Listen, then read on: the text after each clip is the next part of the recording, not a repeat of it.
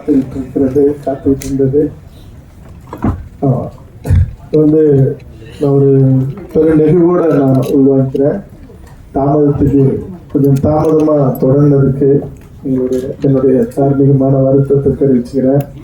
கவிஞர் முன்னாடி இந்த பாடல் ஒளிபரப்பணும்னு நினைச்சோம். தவிரவும் அவர் இருந்து பார்த்திருந்தா இல்லாமலே நான் கடைசி நேரத்தில் பகுதியில் வாட்ஸ்அப்பில் அனுப்பினதை பார்த்துட்டே அவர் வந்து என் மீது இருக்கிற பேரன்பையும் பெரும்பாசத்தையும் அவர் காட்டினதுங்கிறது மறக்க முடியாத அவருடைய உரை. விமர்சனங்கள் யார் மேல வேணாலும் இருக்கலாம். ஆனால் இன்னைக்கு தமிழ் இனத்துல மட்டும் இல்லை, இந்திய ஒன்றியத்துல மட்டும் இல்லை, உலகத்திலேயே இன்னைக்கு வாழ்ந்துட்டு இருக்கிற ஒரு பெரும் கவிஞர், ஒரு புலமை வாய்ந்த ஒரு தமிழர் கவிப்பேரரசு வைரமுத்து அப்படிங்கிறத காலம் எதிர்காலம் சொல்லும்.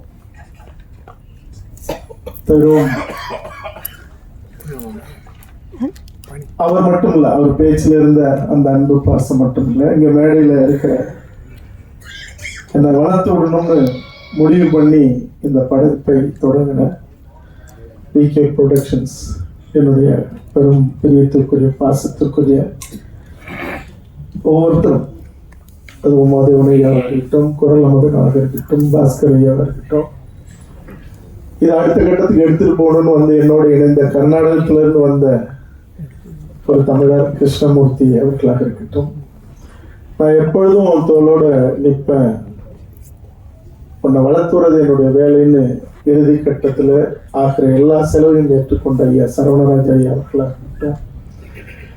இதில் சில தடங்கல்கள் இதெல்லாம் வரும்போது அதெல்லாம் கூட நின்று சரி செஞ்ச ஐயா சுந்தரவரதன் ஐயா அவர்கள் இருக்கட்டும், எப்பொழுதும் தொலை நிற்கிற கண்ணன் சகோதரராக இருக்கட்டும். முதல் வெள்ளை பேப்பர்ல இருந்து இதுவரைக்கும் எல்லா காட்சிகளையும் பட குரல் பதிவு செய்கிறதுல இருந்து முடிகிற வரைக்கும் எல்லாத்தையும் பார்த்து என் தோளோடு தோல் நிற்கிறேன் என்னுடைய பேரன்பிற்குரிய சகோதரர் சுரேஷ் காமாட்சி அவர்களாக இருக்கட்டும். பல நேரத்தில் எனக்கும் அவருக்கும் பெரும் வாக்குவாதம் வரும். ஆனால் உள்ளுக்குள்ள ஒரு பேரன்பை சுமந்து எப்பொழுதும் என்னோட தூரத்தில் இருந்தாலும் ஒரு என்ன இப்படி போ இப்படி செய் அப்படின்னு சொல்ற தங்கர் பச்சான் அவர்களாக இருக்கட்டும்.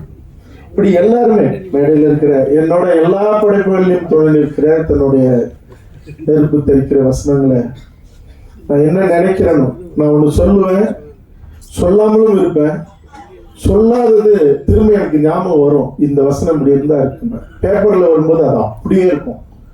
இதே வார்த்தையை நான் போடணும்னு நினைச்சேன் அப்படின்னு நான் சொல்லுவேன் கூப்பிட்டு.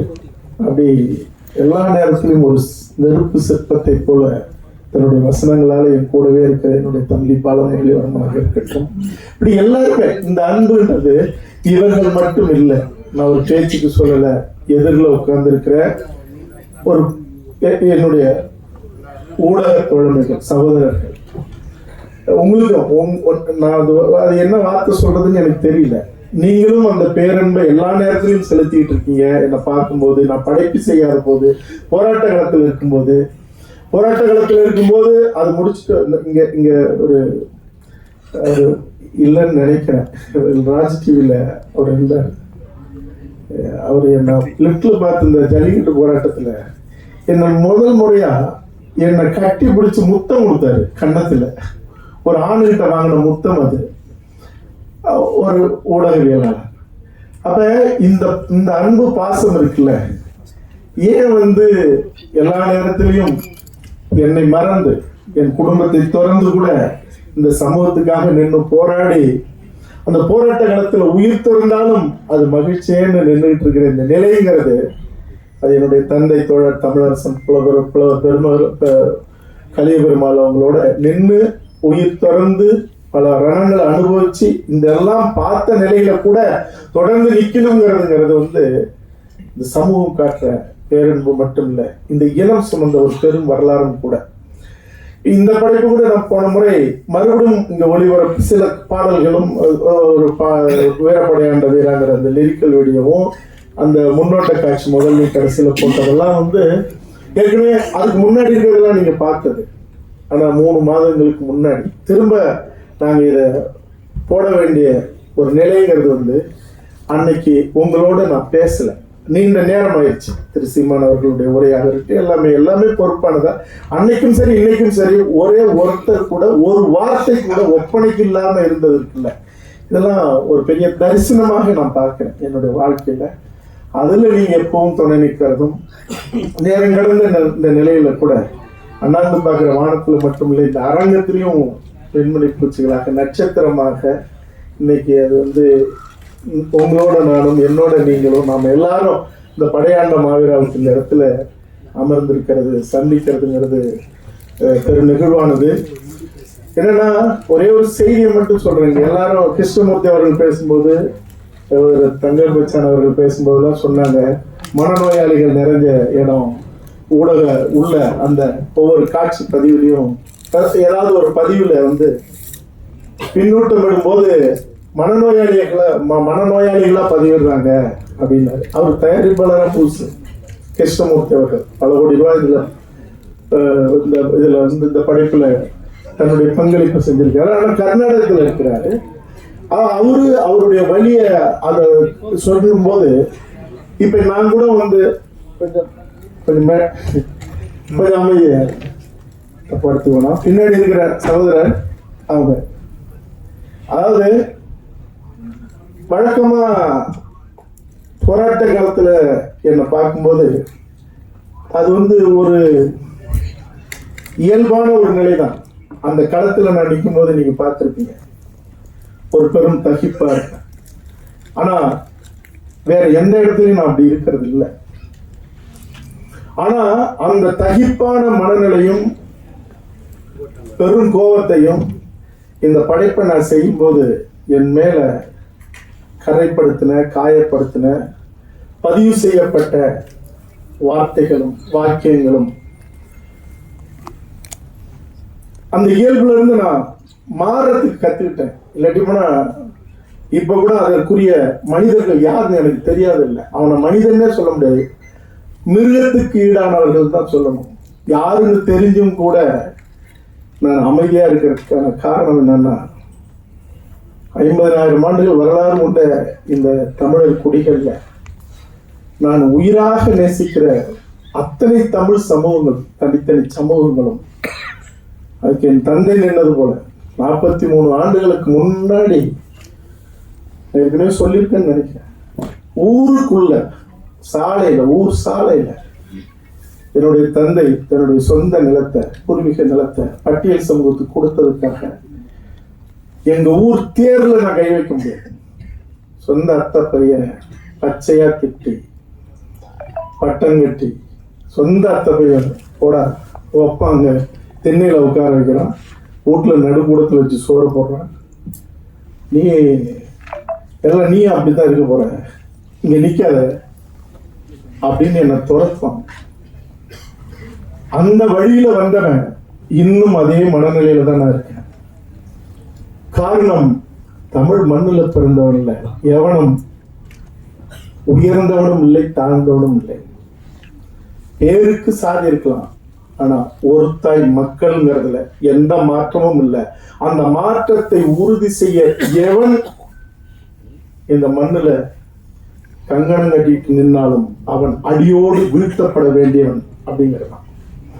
அப்படி இருக்கும்போது ஒரு சாதிய படத்தை ஏன் எடுக்கணும் அப்படின்னா, நீங்க ஒரு வரலாற்றுல தான் தொடங்கணும்.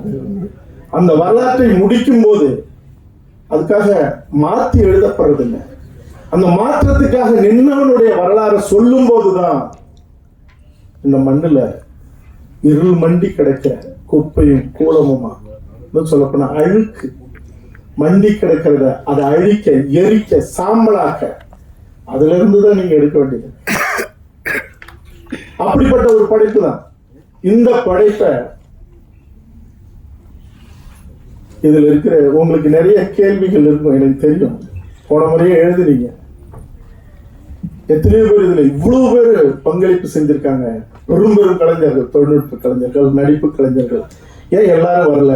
உண்மையா சொல்ல போனா 60% அவர்கள் அத்தனை பேருமே இன்னைக்கு உங்களுக்கு தெரியும், எல்லாருமே வந்து பிஸியானவர்கள், நேரம் இல்லாமல் ஓடி ஓடி உழைக்கிறவர்கள், அல்லது அவர்களுக்கான வாய்ப்பு திறமையானவர்கள், அவர்கள் வந்து வேற வேற இடத்துல தங்களுடைய பணியில இருக்காங்க. ஆனா கலந்துக்கவே முடியாத அளவுக்கு ஒரு இனத்தரமான வேலையை எழுத்து மூலமாகவும், இன்னும் சொல்ல போனா கொஞ்சம் கூட கூச்ச நாச்சம் இல்லாத சில கலைஞர்களை அழைச்சி சாதி வெறி பிடிச்ச இந்த படைப்புல சாதி வெறியோடு இயங்குகிற அவன் மட்டும்தான், அவன் இந்த மாதிரி ஆட்கள் தான் சாதியோட இயங்குறான்.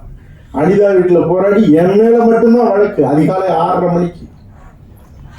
இன்னும் பிடிவாரண்டு போட்டு செந்துறையில போய் நான் நின்னேன், இப்பவும் வழக்கு. அதே பட்டியல் சமூகத்துடைய காந்தாரி அம்மன் அந்த சிலையை வைக்கிறதுக்கு, அடிக்கல் நாட்டுறதுக்கு அதற்குரியவர்கள் யாரும் போகல. அதற்குரியவர் இல்லாதவர்களும் பேர் போட்டு அவர்களும் போக தயங்கின நிலையில தூத்துக்குடிக்கு நான் போகும்போது, ஏற்கனவே சொல்லியிருக்கேன், அதிகாலை 6:30 மணிக்கு தூத்துக்குடியில கைது செய்யப்பட்டேன் நான். என் தமிழர் குடிக்காக நான் பட்டியல் சமூகத்துக்காக போன போது. ஆக நீங்க தேவருக்கு ஏற்கனவே உங்களுக்கு தெரியும், எல்லா இடத்துலயும் நின்று இருக்கேன். ஆனா என்ன சாதி வெறியனா கட்டமைக்கிறது மட்டும் இல்ல, இந்த படைப்பை வீழ்த்தணுங்கிறதுக்காக அது என்ன படைப்புங்கிறது ஒரு குழந்தை. நீங்க எங்கேயாவது ஒரு இடத்துல என்ன நீங்க கூர்மையா சில நேரங்கள்ல பார்த்துருக்கலாம். எந்த சமூகத்தையாவது நான் காயப்படுத்திருக்கேன், எந்த இனத்தையாவது நான் காயப்படுத்திருக்கேன், எந்த தமிழ் குடிய தமிழ் சாதிய அசிங்கப்படுத்துறதுக்காக நான் நின்று இருக்கேன். ஆனா இந்த வேலையை ஏன் இவ்வளவு கங்கணம் கட்டிட்டு எதுக்கு இந்த அறிவுறுப்பை ஏற்று செய்யணும்? இதற்கு நான் ரொம்ப என் மேல என் மண்ணை, என் பகுதி மண்ணை சார்ந்த ஒரு தலைவர். என் தந்தையும் அவர் தந்தையும் ஒன்னா படிச்சவங்க. எனக்கும் அவருக்கும் நல்ல நட்பு மட்டும் இல்ல, புரிதல் மட்டும் இல்ல, ஒரு பெரிய ஒரு அற்புதமான ஒரு எங்களுக்குள்ள ஒரு நட்பு உறவு. அவர் கூட இருக்கிற ஒரு ஆள் அல்பத்தனமா ஒரு வேலைய நீங்க வந்து நேர்ல பேசுறது, போன் போட்டு பேசுறது, நீங்க அதுல எல்லாத்தையும் விட்டு எழுத சொல்றது. பெரும் பெரும் கலைஞர்கள் நடுராத்திரில எல்லாம் எனக்கு ஸ்கிரீன்ஷாட் எடுத்தீங்கன்னா ட்விட்டர்லயும் ஃபேஸ்புக்லயும் இப்படி எல்லாமா அவங்க தாய் தந்த மூதாதையர்கள்லாம் எடுத்து, என்னடா நீங்க, என்னடா மனுஷனுங்க, ஒரு குழந்தை என்ன தொண்டையில பிறந்த குழந்தைய தொண்டையில கால் கட்டவரில் வச்சு அழுத்தி அது கீச்சு கீச்சுன்னு கத்தி உயிர் மூச்சு விடுறத ரசிக்கிற இந்த மனநிலைங்கிறது என்ன நீ இல்லை என்ன நீங்க செய்ய போறீங்க? ஆக இது திரைப்படத்துறையில் இல்ல, மனித குலத்திலே இருக்கக்கூடாது. ஆக இந்த ஈனத்தனமான வேலையெல்லாம் என் படையாண்டமாவிற்கு மட்டும் இல்லை, எதிலுமே இருக்கக்கூடாது. ஆனா எல்லாரும் சொன்னது போல எதையும் அறம் கொண்ட எதையும் இந்த மண்ணில் வீழ்த்த முடியாது. சில காலம் மறைக்கலாம், அது மறுபடியும் எழுந்து வரும் கீழடி போல. செம்மணி புதைக்குழி 20 வருஷத்துக்கு முன்னாடி கொண்டு ஆயிரக்கணக்கான பேரை புதைச்ச இடத்துல இன்னைக்கு சிங்களவனே வந்து ஆய்வு பண்ணி தினந்தனம் தோண்டி எடுத்துக்கிட்டு இருந்தான். என் தாய்க்கும் தாய் மொழிக்கும் சமமான என்னுடைய தமிழீழ தேசிய தலைவன் பிரபாகரன் அறமாக ஆண்ட அந்த மண்ணில் நடந்த அந்த கொடூரமே இன்னைக்கு அவர்களுக்கு எதிராக வெளியே வந்துட்டு இருக்கு. படைப்பை போய் வீழ்த்த நினைக்கிறதுங்கிறதெல்லாம் ரொம்ப அருவருப்பான. ஆனாலும் இந்த படைப்புக்காக துணை நின்ற இவர்களை நான் என்னன்னு சொல்றது, நான் முன்னாடி சொன்னது போல எனக்கு எதுவுமே இல்லை. தமிழரசன் வரலாறு எடுக்கணும், மேதகு பிரபாகரன் வரலாறு எடுக்கணும். இந்த வரலாறுகள் எல்லாம் எடுத்துட்டு நான் சுகமா சாயறதுக்கு இல்லை, சரியறதுக்கு இல்லை, சரிஞ்சு கிடக்கிற இந்த தமிழினத்தை தலை நிமிர்த்த மீண்டும் ஒரு புதிய வரலாற்றை படைக்க, இந்த இனத்தின் எதிரிகளை தலைமுடிய வைக்கிறதுக்கு மட்டும் இல்லை, இனி என் இனத்துக்கான எதிரிகள் எவனோ தலை தூக்கக்கூடாதுன்னு நிமிரும் போதை வெட்டி சாட்சி இந்த மண்ணோட மண்ணை புதைக்கிறதுக்காக, அதுக்காக இந்த படைப்பு எல்லாம். கவிப்பேரரசர் அவர்கள் சொன்னாங்க, அந்த பாபா வீரா மாவீர அந்த பாடலை பார்த்து நெருப்பு பொறி பறக்குச்சு அப்படின்னு. படமும் அப்படிதான். இந்த படைப்பு, நான் இந்த படைப்புல இருந்த டப்பிங் கலைஞர்களுக்கு ஒரு 35 பேர் வந்து அவங்க அந்த குரல் கொடுத்துக்கிட்டே வந்தவங்க. கிளைமேக்ஸை மட்டும் ஏங்க எங்களுக்கு கொஞ்சம் நல்லபடியா தான் காட்டுங்களேன்னு 2 சீனை பார்த்துட்டு சரி இவங்க கிளைமேக்ஸ் பார்க்கட்டுமே நான் போட்டு விட்டேன். நீங்க படமா பார்க்கும்போது அந்த இறுதிக்கட்ட காட்சி வரும். அதுதான் அந்த சைந்தவி அவர்கள் பாடின அந்த பாடல், வைரமுத்து அவர்களுடைய அந்த வரிகளும் ஜிவி பிரகாஷோடைய அந்த உயிர் சுமந்த அந்த மெட்டும் சைந்தவி அவங்களுடைய குரலும் இங்க கண்ணுள்ள எவரும், அவன் மொழி வேறையா இருக்கலாம், சாதி வேறையா இருக்கலாம், இனம் வேறையா இருக்கலாம், எதுவா வேணாலும் இருக்கலாம், அவன் கண்ணீர், அவன் கதறி விம்மி, அவன் கண்ணீர் கண்ணத்துல வழிஞ்சு நெஞ்சில இருக்கிற சட்டைய இதயத்தை நினைக்காது. என்ன ஒரு அறம் சுமந்த ஒருத்தனுடைய வரலாறுங்கிறது அது இடைவெளி இல்லாத ஒரு பெரும் நெருக்கத்தை மட்டும் ஒரு தாக்கத்தை உருவாக்குங்கிறத அந்த டப்பிங் கலைஞர்கள் பார்த்துட்டு ஒரு 10-15 நிமிஷம் கட்டி பிடிச்சி என்ன அழுதுகிட்டே இருந்தாங்க. நான் அந்த இடத்துலயே என் படைப்புக்கான புனிதத்தை நான் அடைய தொடங்கிட்டேங்கிறது தான். நான் தமிழரசன் வரலாறும் பிரபாகரன் வரலாறும் எடுப்பதுங்கிறது உறுதிப்படுத்தப்பட்டது இந்த படத்துடைய வெற்றியோட சேர்த்து அப்படின்னு நான் அந்த இடத்துல ஒரு தரிசனமாக உணர்ந்தேன். இந்த படைப்பு வெல்லுங்கிறதுல எனக்கு எந்த மாற்றமும் இல்லை. உங்களுக்கு எண்ணற்ற கேள்விகள் இருக்கலாம். இதை தாண்டி இங்க தெளிவுபடுறதுக்காக அல்லது மற்றவங்களுக்கு தெளிவுபடுத்துறதுக்காக என் மேல பாய்ச்சப்படுகிற அம்பு கேள்விகள் கூட உங்ககிட்ட இருக்கலாம். எது வந்தாலும் அதற்கு உரிய பதிலை சொல்ல நான் காத்துக்கிட்டு இருக்கேன். ஏன்னா பசி நேரம், சர்க்கரை சம்பந்தப்பட்ட சில சிக்கல்கள் இருக்கிறவங்களுக்கு இதெல்லாம் பெரிய தொந்தரவு தான். என்னுடைய மன்னிப்பை கேட்டுக்கிறேன். உணவு எல்லாரும் சேர்ந்து அருந்துவோம். அதுக்கு முன்னாடி உங்க கேள்வி கேளுங்க. நன்றி. நான் மறந்துட்டேன். என்னன்னா நான் ஒரு திரைக்கதை எழுதிக்கிட்டு இருக்கேன். அதில் நான் வெளியில் இருந்துட்டேன். இந்த படம் எனக்கு பார்க்க முடியாமல் போயிட்டுது. 2 முக்கியமான நண்பர்கள், முக்கியமானன்னா எனக்கு முக்கியமானவங்க இல்லை, இந்த தமிழ் சமூகத்துக்காகவே தொடர்ந்து இடையறாது பணியாற்றிருக்கிற 2, ஒன்று ஊடகத்துறையில் முக்கியமான ஒருத்தர் அவர், இன்னொருத்தர் ஒரு மருத்துவர். அவங்க 2 பேரும் இந்த படம் பார்த்துட்டு என்ன இரவு கூப்பிட்டாங்க. அவங்க என்னன்னா ஒரு பிரிவு போட்டோம். இரு கௌதமனை திட்டுக்கிட்டே இருப்பாங்க 2 பேரும்.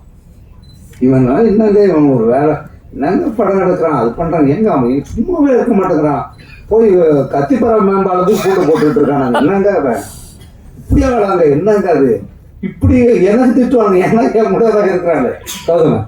சரி படம் என்னங்க அது சொல்லுங்கண்ணா. நல்லா எடுத்தாங்க படம், ரொம்ப நல்லா இருந்ததுங்க அப்படின்னாங்க.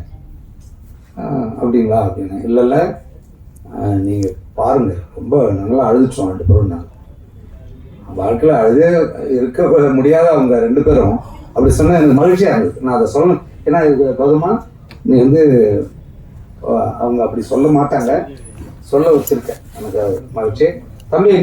தமிழ் நீ நல்லா வாடா, நீ வாடா. ஏன்னா நான் அந்த கடமை தவறிட்டேன். நல்லா வரணும். கௌதமன் கொஞ்சம் கூட ஒரு பகட்டு இல்லாமல் பிள்ளைய அந்த ஒரு தமிழ் உணர்வோடு வளர்த்துட்டு இருக்காரு. நீ நல்லா வரணும். நீ என்ன பெரிய நடிகை நான் எட்டு இந்த மக்களை தொந்தரவு பண்ணக்கூடாது. சரி, கேள்விகள் தொடங்கி விரைவில் முடிக்கலாம். கேள்விகள் இருக்கா? கேளுங்க.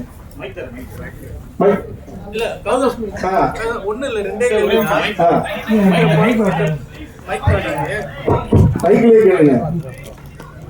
பதிவாகல இந்த படம் காடுவெட்டி குருவோட வரலாறு அப்படின்னு நீங்க சொல்லிட்டு இருக்கீங்க. ஆனா அதிகாரபூர்வமா நீங்க எங்கேயுமே உங்க விளம்பரத்திலயோ உங்க இதுலயும் பதிவு பண்ணலீங்க. இது இவருடைய வரலாறு தான் பதிவு பண்ணல. 1. 2வது அவர் குடும்பத்தை சேர்ந்தவர்களை எங்கிட்ட கேட்காமலே ஒரு படம் எடுத்துருக்காரு. நாங்களே எப்படி ஒரு படம் எடுக்கிற மாதிரி ஐடியாவில் இருக்கோம்னு சொல்லியிருக்காங்க. சரி, போன இசை வெளியீட்டு விழாவுக்கு வந்தீங்களா? வரலையா? நான் போன இசை வெளியீட்டு விழாவிலேயே பிரகடனப்படுத்திட்டோம். நீங்க கேட்ட முதல் கேள்வி. 2வது கேள்விங்கிறது சொல்லலையே.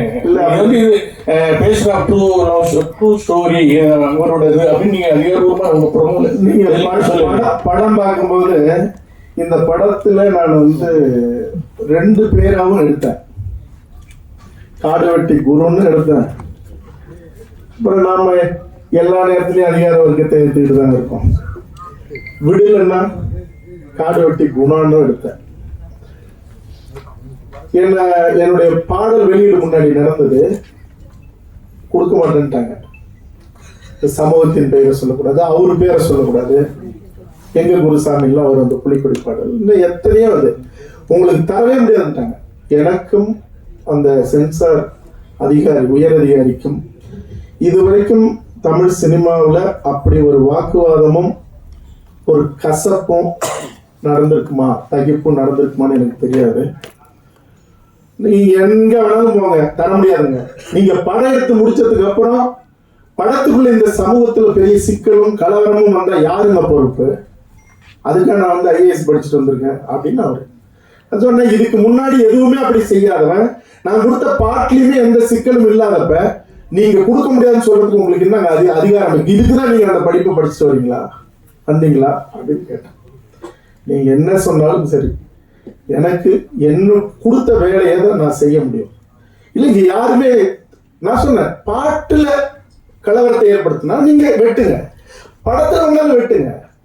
அப்படி இருக்கும்போது இல்லாத போது நீங்க எப்படி நீங்க வந்து பாடலை வெளியிட முடியாது? நீங்க படத்தை காட்டுங்க, படத்தை பார்த்துட்டு நான் பாடல் வெளியிட கொடுப்பேன். இது வரைக்கும் தமிழ் சினிமாவிலே இல்லாத, அல்லது எனக்கு தெரிஞ்ச இந்திய சினிமாவிலே இல்லாத நீங்க எப்படி செய்ய முடியும் அப்படின்னப்ப இது ரொம்ப சென்சிட்டிவானது, அதனால நாங்க செய்ய முடியாது அப்படின்ட்டு. நான் உண்மையிலே ஒரு பெரும் வார்த்தை, அது ஒரு படைப்பாளியுடைய கோபமான தரம் தாழ்ந்த வார்த்தையில் ஒரு வார்த்தையை சொல்லி வயிற்றுல அடிச்சுட்டு படைப்பை இப்படி எல்லாம் சிதைக்க கூடாது அப்படின்னு சொல்லிட்டு வந்துட்டேன். படைப்பை பார்த்தாங்க, பார்த்துட்டு நீங்க கேட்ட கேள்விக்குள்ளேயே ஒரு பதில் இருக்கு. இந்த படைப்பு வழக்காடு மன்றத்துக்கு போயிருக்கு. வழக்காடு மன்றத்துக்கு போறதுக்கு அவங்களுக்கு 100% உரிமை இருக்கு. வழக்காடு மன்றத்துல என்ன போயிருக்கு? என் தந்தை பெயருக்கு களங்கம் ஏற்படுத்துவது போல இந்த கதை அமைக்கப்பட்டிருப்பதாக நாங்கள் நம்புகிறோம், அதனால இந்த படத்துக்கு சென்சார் தரக்கூடாது. சென்சார் கோர்ட் டைரக்ஷன் எங்க சென்சார் கொடுத்துருச்சு. சென்சார் வந்து அதுக்குதான் இது பதிலுக்கு நானும் வழக்குக்கு போனேன். நீங்க ரெண்டையும் பாருங்க, கொடுக்கறது கொடுக்காததுங்கிறது உங்களுடைய தீர்ப்புல உங்களுடைய முடிவுல இருக்குன்னு ஹைகோர்ட் சொல்லிடுச்சு. அதனாலதான் நான் தரமாட்டேன்னு இன்னும் ஸ்ட்ராங் ஆனாங்க. அப்ப படைப்பை பார்த்ததுக்கு அப்புறம் என் பாடல் வெளியீடு தள்ளி போச்சு. படத்தை பார்த்தாங்க, பார்த்துட்டு 2 மணி நேரம் என்னை கூப்பிடாமலே டிஸ்கஷன். அப்புறம் உள்ள கூப்பிட்டாங்க, காரணங்களா கேட்கிறாங்க, இந்த படைப்பை எதுக்காக எடுத்தீங்க, என்ன ஏது, என்ன இதுக்கு என்ன ஆவணம் இருக்கு. நான் ஆவணங்களை எல்லாத்தையும் எடுத்துட்டு போயிருந்தேன். ஜூனியர் விகடன்லேயே ஒரு வரலாறு தொடங்கி ஒரு கட்டம் போய் நின்று இருக்கு. ஆனந்த விகடன்ல கேட்டேன், அவங்க தேடி எடுத்து கொடுத்தாங்க. ஏன்னா என்னுடைய நோக்கம் என்னங்கிறது அவங்களுக்கு தெரிஞ்சதுனால எல்லா ஆவணத்தோடையும் நான் எடுத்துட்டு போய் கொடுத்தேன். இவங்க கொடுக்க மாட்டாங்க, இது நடக்கவே நடக்காது, பெரும் சிக்கலாக போகுதுன்னு நான் நினைச்சிட்டு இருந்தேன். அவங்க அவங்களுடைய இடத்துல நின்று அவங்க ஒரே ஒரு விஷயம் சொன்னாங்க, இந்த படைப்பு ஒரு நேர்மையை சொல்லுது, ஒரு அறத்தோட படைக்கப்பட்டிருக்கு, ஏன் நீங்க இதுல அவருடைய படத்தையே போட்டு நீங்க சமர்ப்பணம்னு சொல்லக்கூடாது அப்படின்னாங்க. அதை நான் செஞ்சிருக்கேன். நீங்க கேட்ட கேள்வி அதுதான். ரெண்டாவது, இந்த அவங்க வழக்கு போட்டதுங்கிறது எங்க அப்பா பேருக்கு கடன் வைக்க, நான் தம்பி கனலுக்கு இந்த படத்தை பாரு அப்படின்னு நான் கூப்பிட்டேன். இன்னொரு விடயம், எனக்கு நேரடி உறவினர் அண்ணன் குரு அவர்கள், அவன் என்னுடைய தம்பி. நான் அது சம்பந்தமான கேள்விக்கு வேற எந்த பதிலையும் சொல்லி அவர்கள் மீது எந்த களங்கமும் வந்துடக்கூடாது, அது என் மேலேயே சுமத்தப்பட்டுகிற களங்கம் அது. அதனால சொல்லப்பட்ட குற்றச்சாட்டு எங்க அப்பாவுக்கு களங்கம் ஏற்படுகிறது. நீங்க படைப்ப பாடல் முன்னோட்டம் மட்டும் பார்த்துருப்பீங்க, அது களங்கம் வந்திருக்கா இல்லையான்னு உங்களுக்கும் தெரியும். படம் பார்த்ததுக்கு அப்புறம் எல்லாருடைய கண்ணீரும் அதுக்கு பதிலாக இருக்கும்.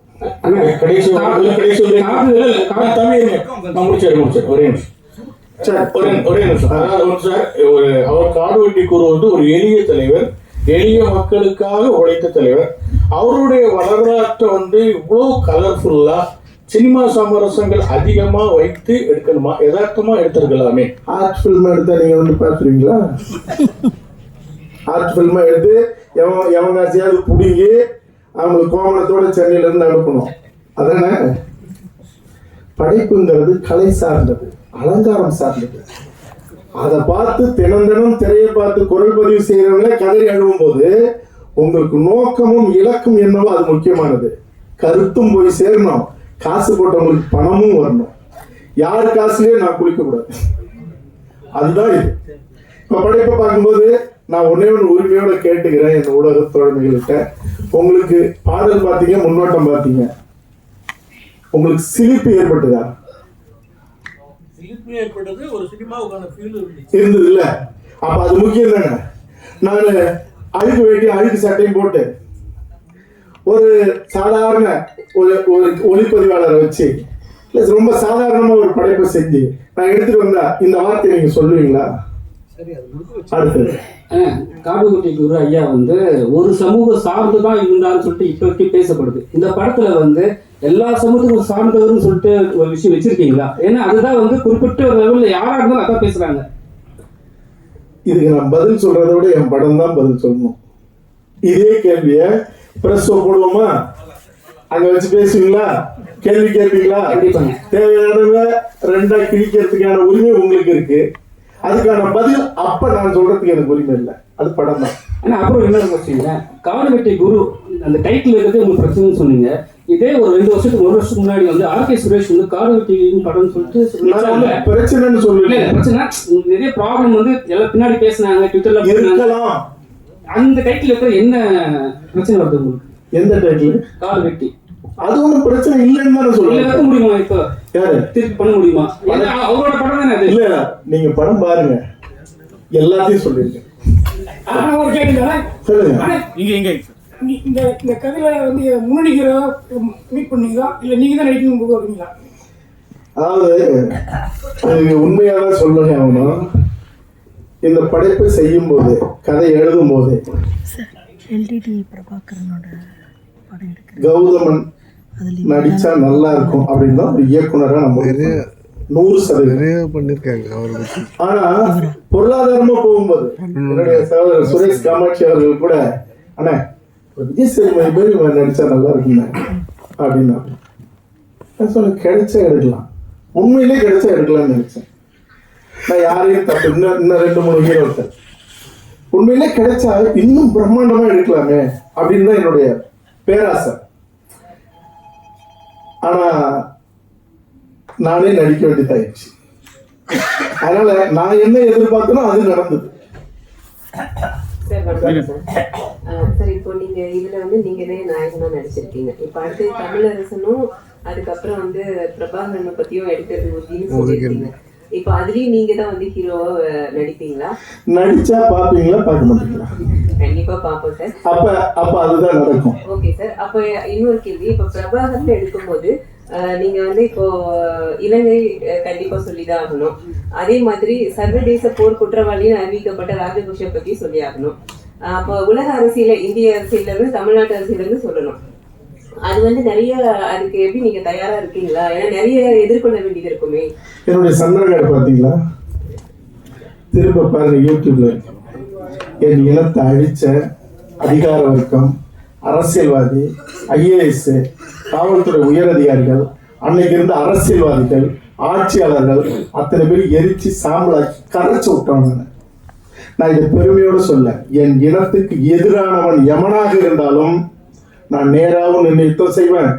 என் படைப்பிலையும் அவர்களை தலைமுறையை வைக்கிறது மட்டும் இல்ல, அவனுடைய சமாதியிலேயே என் சந்ததி மட்டும் இல்ல அவன் சந்ததியும் காரி துப்புற அளவுக்கான படைப்பா இருக்கும். அது நான் எடுக்க போற வன்னிக்காடுக்கும் அது பொருந்தும். சார், இந்த படத்தை நிறைய எதிர்ப்பு வந்தது அப்படின்னீங்க, நிறைய கமெண்ட் எல்லாம் சொன்னாங்க, நிறைய இருக்கு. ஒரு படைப்பாளியா எதிர்த்தவங்களுக்கு, எதிர்ப்பு தரப்பு தலைவர்களுக்கு, அந்த நிர்வாகிகளுக்கெல்லாம் படத்தை முன்னாலே ஒரு அழைப்பு விடுத்து ஒரு பீட்னஸ் ஷோ இதை போட்டு காமிப்பீங்களா? அது தயாரா இருக்கீங்களா? நான் தயாரா இருக்கேன். அவங்க வர்றதுக்கு அவங்க தயாரா இருக்கணும். எனக்கு எதை பத்தி கவலை இல்லை. சார் வணக்கம் சார். அவரு சார் சொல்லுங்க. சார் வணக்கம். வணக்கம். வசந்தகர் தான் சார் பேசும்போது ஒரு தலைவரை பத்தி பேசினார். நீண்ட நாளா வந்து அந்த கொஸ்டினுக்கு ஆன்சரே இது வரைக்கும் கிடைக்கல. எந்த மேடையிலையும் அவருக்கு பேசினாவே தெரியல. அதாவது என்ன சொல்லியிருக்காருன்னா, ஒரு சமூகத்து பொண்ணை கட்டு வெட்டு அப்படின்னு பேசினாருன்னு நீண்ட நாளா அது போயிட்டு இருக்கு. ஆனா அவர் பேசுனதுக்கான எவிடன்ஸ் இது வரைக்கும் எங்கேயுமே இல்லை. அது தொடர்ந்து அந்த குற்றச்சாட்டு வைக்கிறாங்க. உங்க மேடையிலயும் வந்து வசந்தகர் தான் சொல்றாரு. இது எந்த விதத்துல நியாயம்னு நீங்க நினைக்கிறீங்க? அதுக்கான ஆன்சர் நீங்க தான் பண்ணணும். இல்ல அவரு சொன்னதுக்கு நான் எப்படிங்க பண்ணேன்? இல்ல சார், நீங்க தான் என் படத்துல இருக்கா? உங்க படத்தோட இல்ல என் படத்துல இருக்கா? உங்க படத்தோட வசந்த கருத்தா இல்ல பேசுங்க. என்ன கேளுங்க. இல்ல சார், ஆனா உங்கள்ட்ட நீங்க கேட்கிற கேள்விக்கு நீ கேட்கிற கேள்வி அறமான கேள்வி இல்லைன்னு உங்களுக்கு பின்னாடி இருக்கிற நம்மளுடைய சகோதரர்கள் சொல்றாங்க. அதுக்கு நான் பதில் சொல்லக்கூடாது, சொல்றது நியாயமும் இல்ல. ரெண்டாவது அது இதுக்கான இடம் இல்ல. என்னகிட்ட கேளுங்க. சரி, ரொம்ப முக்கியங்க.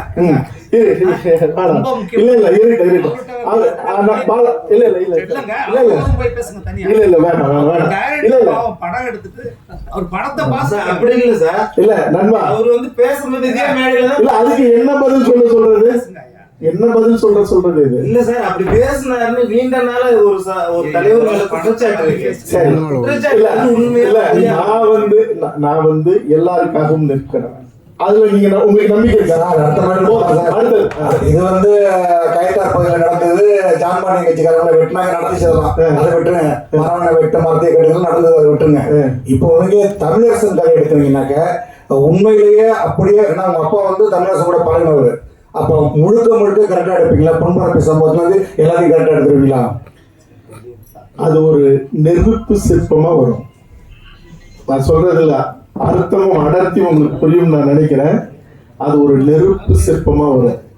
தோழர் தமிழரசன் அவர்களை பொன்பரப்பி அந்த வங்கி வாசல்ல அந்த ஏரி குளத்துக்கு பக்கத்துல நீங்க எந்த அதிகார வர்க்கம் திட்டமிட்டு அயோக்கியத்தனமாக அவரை அடிச்சு அவரை சிதைச்சு அந்த இடத்துல கொன்னார்களோ, கொல்லும் போது எந்த அந்த இடத்துல குளம் நிறைய தண்ணீர். ஆனா காவேரி உரிமைக்காகத்தான் அந்த வங்கி பறிப்புக்கே போனது. தமிழ்நாட்டுக்கே தண்ணி வேணும்னு சொன்ன ஒருத்தர் அடிச்சதோட மட்டும் இல்ல, காவல்துறை முன்னாடி மக்களை நிறுத்தி அடிச்சதோட மட்டும் இல்ல, அவரு தண்ணின்னு வாய் அசையும் போது தண்ணி கூட குடிக்காத அடிச்சு கொன்ன அந்த காட்டு மிராண்டிகள், அதிகார வர்க்கம், காவல்துறை, அவர்களோடு நின்ன கயவர்கள். ஒரு கட்டத்துல அந்த ஊர் மக்கள் அந்த மக்களுக்கு ஏதாவது செய்யணும், அந்த மக்களும் சேர்ந்து அடிச்சு கொண்டுருச்சுன்னு அன்றைய ஆட்சி, அதிமுக ஆட்சி, எம்ஜிஆர் ஆட்சி, அந்த மக்களுக்கு பள்ளிக்கூடம் கட்டி கொடுத்தது, சமூக நல கூடம் கட்டி கொடுத்தது. இவங்க எல்லாரும் தண்ணீர் நீர்த்தேக்க தொட்டி கேட்கும் போது அந்த மக்கள் ஒரு இடத்துக்கு கூட்டு போறாங்க. தமிழரசனை அடிச்சு கொல்லப்பட்ட இடம் அந்த இடம். அந்த மக்கள் சொல்றாங்க, ஒரு மாவீரன், மகத்தான ஒரு தமிழன் இந்த தமிழ்நாட்டுக்கே தண்ணி வேணும்னு கேட்டான அவனுக்கு ஒரு வாய் குளம் நிறைய தழும்பி தண்ணி நிற்கும் போது ஒரு வாய் தண்ணி கொடுக்காம அவர்களை சாகடிக்கப்பட்ட நாங்க எங்களுடைய தலைமுறை காலத்துக்கும் தண்ணீர் குடிக்க தமிழரசன் உயிர் விட்ட இடத்துல எங்களுக்கு வாட்டர் டேங்க் கட்டி கொடுங்கன்னு சொல்லி ஒரு வெள்ளி முளைச்ச வேலையில என்னட்டு அந்த இடத்துல சொல்றாங்க. நான் அண்ணாந்து பாக்குறேன் ஒரு உயர்ந்த நீர்த்தேக்க தொட்டி. திரும்பி பார்க்கிறேன், என்கிட்ட சொல்லிட்டு இருந்த அந்த சம்பவத்துல சம்பந்தப்பட்டவர்கள் தலை குனிஞ்சு நின்றுட்டு இருந்தாங்க. இந்த வரலாறு கேட்கும் போதே உங்களுக்கு ஒரு ஆன்மாவை சிலைக்க வச்சிருக்கோம். இந்த வரலாற்றுக்குரியவனுடைய வாழ்க்கையும் தியாகம்ங்கிறது தமிழினம் மட்டும் இல்ல, மனித குலமே பார்க்கிறாத ஒரு தரிசனம் வரும், அப்படியே வரும். அதற்கு காரணமானவர்கள் எவனையும் நான் விட மாட்டேன். அவன் அதிகாரத்துல இருக்கட்டும், எவனா இருக்கட்டும், நீங்க அத வரும். அப்புறம் வந்து காடுவெட்டி குரு ஐயா வந்து மஞ்சள் கலர் சட்டை போட்டுட்டே இருப்பாரு. அதுக்கு யாரும் இதுக்கு விளக்க கொடுத்ததில்லை. அவர் கூட சில இடத்துல தான் கொடுத்துருக்காங்க, தெளிவுபடுத்தல. இந்த படத்துல தெளிவுபடுத்திருக்கலாம். இன்னொன்னு, நம்ம தம்பியை வந்து ஏன் ஃபர்ஸ்ட் படத்துலயே போராளியா காட்டினேன், ஒரு லவ் பாயா வந்து பண்ணி ஒரு வேற லெவல் ஹீரோ எடுத்துன்னு போகலாம். நீங்க ஏன் இது மாதிரி ஏற்கனீங்க? அதாவது மஞ்சள் சட்டை போட்டதுக்கு காரணம், நீங்க பாருங்க, எந்த கொடியிலனாலும் நீங்க புலிகளுடைய வன்னிக்காட்டுல பிறந்த கொடியும் பாருங்க, இங்க எந்த சமூகமா இருந்தாலும் தங்களுடைய வீரத்திற்கான ஒரு அடையாளமா வச்சிருக்கிற கொடியும் பாத்தீங்கன்னா மஞ்சள் இருக்கும். மஞ்சள் ஒரு வீரத்திற்கான அடையாளம். இவங்க ஒரு போர்க்குடி, வன்னியர்கள் படை நடத்தி ஆட்சி பண்ணாங்க, அதனாலதான் படையாட்சி. அப்ப அந்த படைங்கிறது ஒரு வீரம் சம்பந்தப்பட்டது. அது சோழர்கள கொடியிலும் இருக்கும். அப்ப அதனுடைய அந்த மண்ணில கங்கையோட சோழபுரத்தை தலைநகரமா வச்சுதான் உலகத்தினுடைய முக்கால்வாசி நாடுகள் ஆண்டார் ராஜேந்திர சோழன். அப்ப அதுல அவர் ஊர் இருக்குல்ல, படைநிலை காடுவெட்டி, காடை வெட்டி திருத்தி தன்னுடைய ராஜராஜ சோழன் பல லட்சக்கணக்கான படைகளை நிறுத்தப்பட்ட இடம் அந்த இடம். அதான் படைநிலை காடுவெட்டி. அப்ப அந்த அந்த மண்ணுல இருந்தவங்க அதை அவர் அடையாளமாக வச்சு அவங்க அதுக்கப்புறம் சங்கமா தொடங்கி அப்படி வரும்போது அது ஒரு கட்டத்துல அது போடப்பட்டது. இதெல்லாம் இவ்வளவு விளக்கமெல்லாம் நான் படத்துல சொல்லல. ஏன்னா படத்துல சொல்றதுங்கிறது உன்னையும் இந்த மண்ணையும் காக்கணும்னா ஒரு தாய் மக்களா நெல்லுங்கடா, இல்லாட்டினா உங்களுடைய 50,000 ஆண்டுகள் வரலாறு கூட இந்த இனத்தினுடைய தடயம் வரலாறு எதுவுமே இல்லாம போயிடும். இந்த மொழிக்கும் இனத்துக்கும் சம்பந்தம் இல்லாத கூட்டம் நிரந்தரமா உங்களை அடிமைப்படுத்தி அழிச்சிடும். அதுக்குள்ள நீங்க விழிச்சிருங்கன்னு சொல்றது அந்த படைப்பு. இன்றைய காலகட்டங்களை வந்து மக்கள் வந்து என்டர்டைன்மெண்ட் மாதிரியான மூவி விரும்புறாங்க, ஹீரோக்கள் வந்து மாசான ஹீரோக்கள் விரும்புறாங்க. ஸோ இப்படி இருக்கும்போது இன்றைய ஸ்டூடெண்ட்ஸ் இருக்காங்களே அவங்களுக்கு இந்த மாதிரி 2K கிட்ஸ்னு ஒன்று சொல்லுவோம், இந்த மாதிரி ஒரு நபர் இருந்தாரு, இந்த நபர் இப்படி பண்ணாருன்னு சொல்லக்கூடிய வரலாறு வந்து தெரிவித்தாரு. ஸோ இப்படி இருக்கும்போது இந்த மூவியை வந்து எப்படி அந்த 2K கிட்ஸ் அந்த சொல்லக்கூடிய வெகுஜன மக்கள் கிட்ட எப்படி கொண்டு போய் செட்டா கரெக்டா இருக்கும்னு சொல்றேன். என் படைப்பு உங்களை பாதிச்சுதா? இல்ல, நீங்க பார்த்த வரைக்கும் இப்ப ஒரு துளி அதுக்குதான் முன்னோட்டம், அது உங்களை பாதிச்சுதா? அப்ப உங்க வேலை என்ன வேலை? உங்க வேலை என்ன வேலை? படம் இருங்க, உங்க வேலை எடுத்துட்டு போற வேலை. இந்த படைப்பு உங்களை உண்மையிலேயே ஈர்ப்பை ஏற்படுத்தியிருக்கும்னா, ஒரு உணர்வை உருவாக்கி இருக்கும்னா, இந்த வேலை என்னோட வேலை மட்டும் இல்ல, உங்களோட வேலையும். அதை நீங்க செய்யணும். சரியா? அப்படி செஞ்சாலே நீங்க 19 வயசு 25 வயசுக்காரனுக்குன்னு தனியா படம்லாம் இல்ல, சொல்லிக்கலாம், எடுக்கலாம். சரி, எல்லா படமும் 20-25 வயசுக்காரனுக்கு படம் ஓடிடுதா? அவனுக்குன்னு எடுக்கிற படம் ஓடிடுதா? உச்ச நடிகர் நடிச்ச எல்லா படமுமே இது யூத்துக்காக எடுத்த படம் அப்படின்னா ஓடிடுதா? எல்லாமே 50-55 வயசு ஆனவங்க தான் இன்னைக்கு யூத்துக்கும் படம் எடுக்கிறாங்க. உணர்வு தான் தாக்கணும். நான் பெரிய தமிழரசனை பத்தி சொல்லும் போது உங்களுக்கு சிலிர்ப்பு ஏற்பட்டு இருந்தால் அந்த சிலிர்ப்பு 20 வயசுக்காரனுக்கு ஏற்படும். அது உச்ச நடிகன் தான் நடிக்கணும், அல்லது இது எடுத்துட்டு போய் சேர்க்க முடியுமா? இந்த புள்ள பிறக்குமா, பிறந்த அது ஆனா பொண்ணா இருக்குமா, அது கல்யாணம் ஆகுமா, கல்யாணம் ஆனா புள்ள பிறக்குமான்னா புள்ளைய பெற்றுக்க முடியாது. நல்ல படைப்பை நாங்க படைப்பாளிகள் எடுக்க முடியும், கொண்டுட்டு போய் சேர்க்கறது அதே தாய்மை மனதோடு நீங்களும் அதை செய்யணும். உங்களுக்கும் அந்த பங்கு இருக்கு. நீண்ட நாட்களுக்கு பிறகு நீங்க நடிக்கிறீங்க, டைரக்ட் பண்றீங்க. இதுல பாத்தீங்கன்னா பிஸியான நடிகர்கள் நிறைய பேர் இருக்காங்க. படம் பிரம்மாண்டமா இருக்குது. எப்படி இவ்வளவு பெரிய பொருட்செலவுல நம்பி எடுத்தீங்க? அதாவது நான் ஒன்று சொல்லிவிடுறேன். நான் ஒரு ஐயா பாலன் ஐயா பேர் எனக்கு அந்த நேரத்துல வரல. என்ன இந்த ராஜ்டிவி லிப்ட்ல ஜல்லிக்கட்டு போராட்டத்துல என்ன கட்டி பிடிச்சு முத்தம் கொடுத்தது அவர்தான். அவர்தான். இப்ப கேள்வி என்ன கேள்வி, எந்த நம்பிக்கையில் எடுத்தீங்க? நம்பிக்கையே ஒரு நல்ல ஒரு பொருளை, கருப்பொருளை கையில் எடுத்துக்கிட்டு இத நம்பும்படியா செய்யணும், கொண்டாடும்படியா செய்யணும். நீங்க ராஜேந்திர சோழனும் ராஜராஜ சோழனும் நாடு முழுக்க கம்போடியா வரைக்கும் பல்லாயிரக்கணக்கான கோயில் கட்டியிருக்கான். ஏன் தஞ்சை பெரிய கோயிலையும் கங்கை கொண்ட சோழபுரம் கோயிலும் மட்டுமே நம்ம போய் பார்க்கிறோம் நூற்றுக்கணக்கான தடவை? நீங்க அந்த அலங்காரமும் அழகுங்கிறது மிக முக்கியமானது. நீங்க காலம் சுமந்தும் ஒரு கருப்பொருள் பேசப்படணும்னா, திருக்குறளை எவன் சுமந்துகிட்டே இருந்தான்? இத்தனை நூற்றாண்டா, 200 நூற்றாண்டு, 2000 வருஷமா எவன் சுமந்துகிட்டு இருந்தான்? நீங்க சரியாக செய்தால் அது ஆள் இல்லாமல் இழுக்கப்படுகிற தேர் போல அது போயிட்டே இருக்கும். அந்த நம்பிக்கையில தான் செஞ்சிருக்கோம். அப்புறம் தவிரும் இந்த கேள்வியெல்லாம் கேட்கிறோம், நீங்களும் எனக்கு தெரியாமலே அந்த தேரை இழுத்துட்டு போவீங்கிற நம்பிக்கையில தான். நன்றி சார். உங்களுக்கு ஒரு கேள்வி சார். காடுவெட்டி குரு இருக்காங்க, அவங்க ஃபேமிலி வந்து அவருடைய மறைவுக்கு அப்புறமா என்ன அவர் கம்ப்ளைண்ட் பண்ணாங்கன்னா, அவங்களுடைய இனத்தாரே அவருக்கு வந்து துரோகம் இழுத்ததா வந்து பிரஸ் மீட்லாம் வச்சு சொன்னாங்க. அதை பற்றி இதை காமிச்சிருக்கீங்களா? அவரோட லைஃப் அவரை பத்தி தான் எழுதிருக்கிறதா சொல்லுவீங்க, இதை காமிச்சிருக்கீங்களா?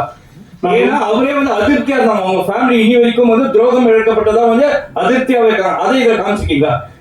ஒரு விடயம் என்னன்னா, நான் துளசி செடியை தேடி போகிற ஒரு வேட்டைக்காரன், கஞ்சா செடியை தேடி போகிறவன் இல்லை.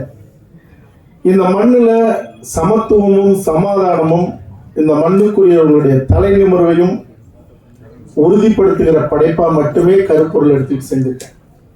அதனால கலவரம் ஏற்படுத்துவது என்னுடைய நோக்கம் இல்லை, அது அவர்களுடைய உரிமை.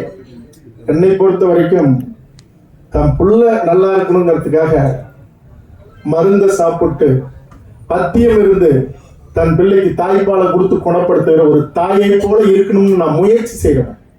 அதனால என்னுடைய பணி, என்னுடைய நோக்கம் என்னவோ அந்த நோக்கத்துக்கு இந்த படைப்பு எடுத்திருக்கேன்.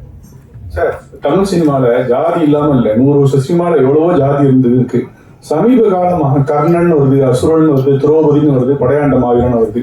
இன்னைக்குள்ள அந்த ஒரு ஆரோக்கியமான இந்த யங்ஸ்டர்ஸ்குள்ள இது வந்து மோதலை ஏற்படுத்துறதா, மாறி மாறி நீங்க வந்து இப்படி உங்க படைப்பு அவங்க சொல்லுதோ, அவங்க படைப்பு சொல்லுதும், ஒரு வன்முறையோ, ஒரு மோதலையோ, ஒரு ஜாதி பாசத்தையோ, ஒரு ஜாதி வரியோ ஏற்படுத்தாதா? இவ்வளவு நேரம் உட்கார்ந்து இருந்தீங்க, என்னுடைய முன்னேற்றத்தை பார்த்தீங்க, பாடலை பார்த்தீங்க. உங்களுக்கு எங்கேயாவது ஒரு சின்ன ஒரு அதிர்வு, எதிரான ஒரு மனநிலை என் படைப்புல இருந்து உங்களுக்கு ஏதாவது வந்து சேர்ந்திருக்கா?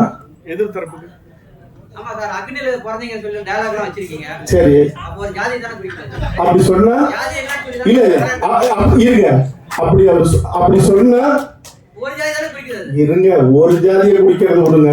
அவர் கேட்டது இன்னொரு சாதிக்கு எதிரான படைப்பான்னு கேட்டாரு. ஒரு ஜாதியை மட்டும் ஏங்க உங்க அப்பா, நான் சொல்றேன், எங்க உங்க அப்பாவோ தப்பு செஞ்சிருப்பாரு, நீங்க அதை வச்சு பேசிட்டு இருப்பீங்களா? ஒரு சமூகத்தை பத்தி எடுக்கும்போது அவன் பெருமை பேசுறது அவனுடைய உரிமை. நீங்க இருங்க, காடுவெட்டி குரு அவர்களை பத்தி நான் சொல்லும் போது அவர்கள் காலகாலமாக பேசப்பட்டு இருக்கிற தன்னுடைய ஒரு குலத்தின் வரலாறுன்னு அவங்க பேச. இப்ப நான் கேட்கிறேன், ஒரு விஷயம் கேட்கிறேன்.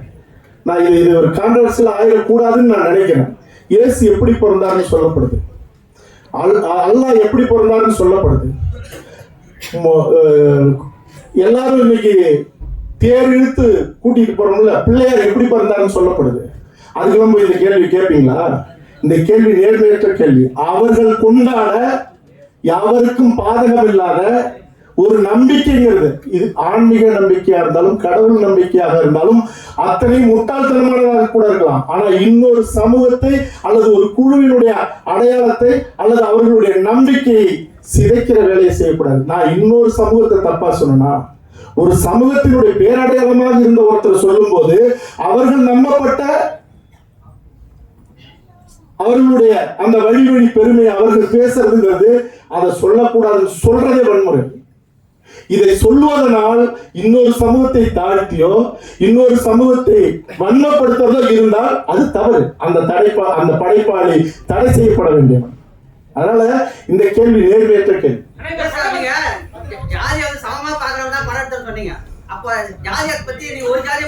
நான் கேட்கிறேன், சரி சரி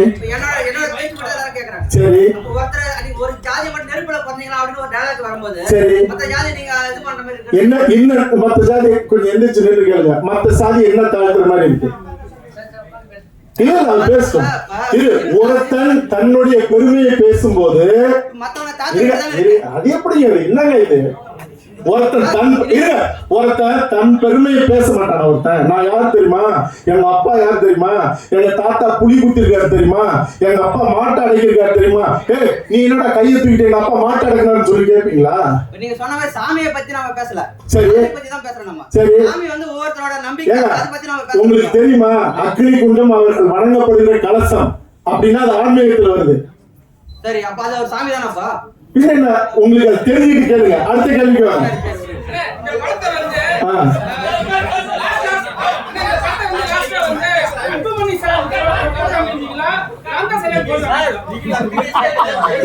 கேக்கிட்டோம்.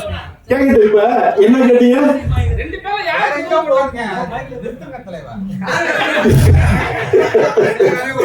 இருங்க, அதாவது 2 பேருக்கு போட்டு காட்டுவீங்களாங்கிறது நேர்மையான கேள்வி. 2 பேர்ல யாருக்கு முதல்ல போட்டு காட்டுவீங்கிறது அப்படியா? முடிஞ்சா 2 பேரும் ஒன்னா பார்க்க வைக்கணுங்கிறது தான் என்னுடைய ஆசை. முயற்சி செய்யலாம். நன்றி.